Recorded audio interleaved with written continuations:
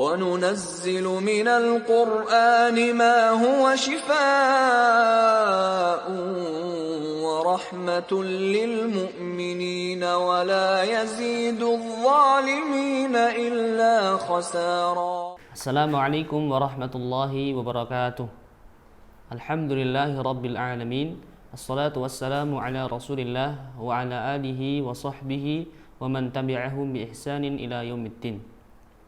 Ashhadu an la ilaha illallah wahdahu la syarikalah wa ashhadu anna Muhammadan abduhu wa rasuluh alladzi la nabiyya wa la rasula ba'dah.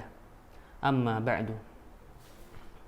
Para pemirsa hafizakumullah taala, ini merupakan segmen latihan 5 menit membahas kaidah Al-Quran untuk jiwa dan kehidupan. Dan kaidah yang ke-14 berbunyi, fa illam yastajibu laka fa'lam annama yattabi'una ahwa'ahum. Maka jika mereka tidak menjawab tantanganmu, ketahuilah bahwa sesungguhnya mereka hanyalah mengikuti hawa nafsu mereka belaka. Ayat ini merupakan salah satu kaidah Al-Quran yang penting, menjelaskan makna penyerahan dan kepasrahan terhadap perintah-perintah Allah Subhanahu wa taala dan Rasulullah, serta tunduk dan patuh kepada hukum-hukum syariatnya. Dan ayat ini tertera di dalam surat Al-Qasas ketika Allah Subhanahu wa taala menyebutkan perdebatan terhadap orang-orang musyrikin serta menjelaskan macam-macam pembangkangan mereka terhadap perintah-perintah Allah Subhanahu wa taala yang diturunkan kepada mereka. Juga tuduhan mereka kepada Rasulullah SAW. Allah Subhanahu wa taala berfirman, maka tatkala datang kepada mereka kebenaran dari sisi kami, mereka berkata, mengapa tidak diberikan kepada Muhammad seperti yang telah diberikan kepada Musa dahulu? Dan bukanlah mereka itu telah ingkar juga kepada mereka apa yang telah diberikan kepada Musa dahulu. Mereka dahulu telah berkata, Musa dan Harun dua ahli sihir yang membantu. Dan mereka juga berkata, sesungguhnya kami tidak mempercayai masing-masing mereka itu. Katakanlah, datangkanlah olehmu sebuah kitab dari sisi Allah Subhanahu wa taala, yang kitab itu lebih dapat memberi petunjuk daripada keduanya, Taurat dan Al-Quran. Niscaya aku akan mengikutinya. Maka jika mereka tidak menjawab tantanganmu, ketahuilah bahwasanya mereka hanyalah mengikuti hawa nafsu mereka belaka. Dan siapakah yang lebih sesat dari orang-orang yang mengikuti hawa nafsunya dengan tidak mendapat petunjuk dari Allah sedikit pun? Sungguhnya Allah tidak memberi petunjuk kepada orang-orang yang zalim.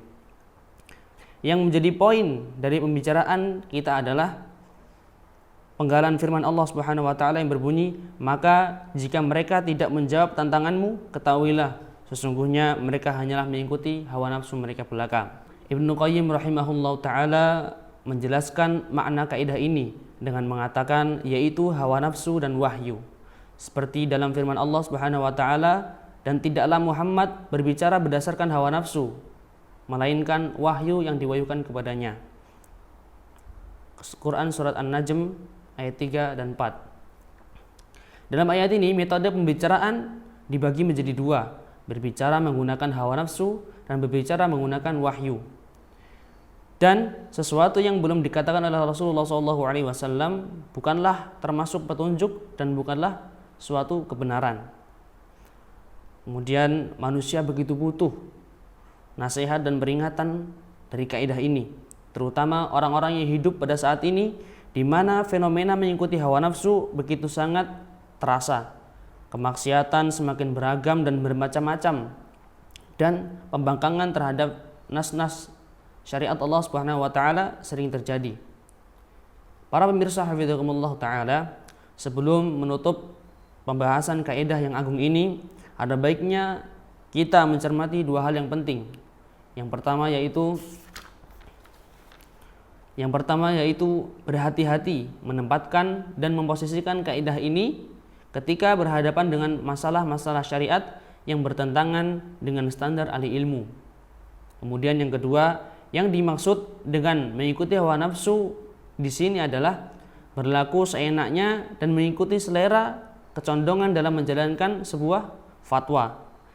Apabila jika salah satu fatwa sesuai dengan keinginannya, maka ia akan mengikutinya. Akan tetapi jika tidak sesuai seleranya, maka ia akan terus berupaya mencari fatwa yang lain yang dia inginkan. Inilah yang dimaksud dengan mengikuti hawa nafsu.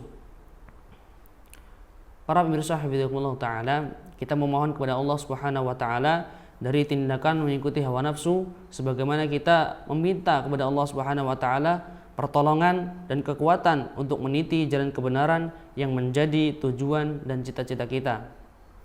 Mungkin hanya ini segmen latihan yang dapat kami sampaikan di dalam video ini. Semoga bermanfaat. Selamat berjumpa kembali di segmen-segmen setelahnya. Wassalamualaikum warahmatullahi wabarakatuh. Rabbi habli hukman wa alhiqni bis salihin.